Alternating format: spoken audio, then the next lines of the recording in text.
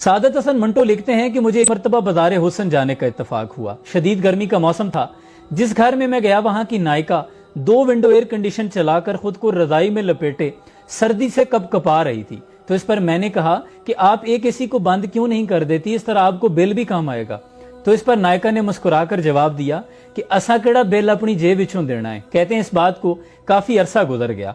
मुझे किसी काम के सिलसिले में गुजरांवाला के असिस्टेंट कमिश्नर के ऑफिस जाने का इत्तेफाक हुआ। शदीद गर्मी के मौसम में साहब बहादुर पेंट कोट और टाई लगाए अपने कमरे में बैठे थे और 2 विंडो एयर कंडीशन फुल आबोताब के साथ चल रहे थे और जनाब को सर्दी भी महसूस हो रही थी। तो इस पर मैंने कहा कि जनाब आप एक एसी को बंद क्यों नहीं कर देते, इस तरह आपको बिल भी कम आएगा। तो इस पर साहब बहादुर ने जवाब दिया कि असा केड़ा बिल अपनी जेब विचों देना है। कहते हैं कि फौरन मेरा ख्याल उसी बाजार हुसन की नायिका की तरफ चला गया, क्योंकि दोनों के मुकालमे और दोनों की सोच एक ही जैसी है। तब मुझे सारा मामला समझ में आ गया कि मेरे मुल्क के तमाम इदारे ऐसी ही नायिका सोच रखने वाले अफराद के हाथों में हैं, जबकि इसके बरक्स कायद-ए-आज़म मोहम्मद अली जिन्नाह का मामूल ये था कि जब भी आप अपने कमरे से बाहर निकलते तो बिजली के तमाम स्विच ऑफ कर दिया करते। आप अपने घर में हो, हमारे साथ होते या किसी भी मेजबान के साथ, तो आपकी यही आदत हुआ करती। एक रोज मैंने पूछ लिया कि कायद आप ऐसा क्यों करते हैं, तो कायद ने कहा कि ये मेरा मुल्क है, मुझे अपने मुल्क का एक भी यूनिट जाया नहीं करना चाहिए। आखिरी मरतबा कायद से मेरी मुलाकात 31 अगस्त 1947 को गवर्नर जनरल हाउस पर हुई।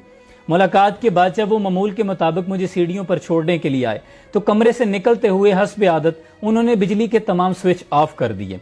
तो इस पर मैंने कहा कि कायद आप गवर्नर जनरल हैं और ये एक सरकारी कयामगाह है, इसकी बत्तियां जलती रहनी चाहिए। कायद ने कहा कि मैं जानता हूं कि ये सरकारी कयामगाह है, इसलिए मैं ज्यादा मोहतात हूं, क्योंकि ये पैसे कौम के हैं, ये खजाने के पैसे हैं, ये मेरे और आपके पैसे नहीं, और मैं इस पैसे का अमीन हूं।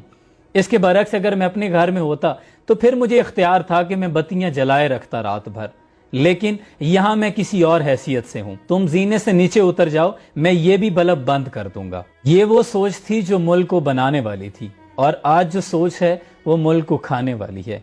अब आपने फैसला करना है कि आप किस सोच के अमीन हैं। अल्लाह आसानी हासिल और तकसीम करने का शर्फ अता फरमाए। आमीन।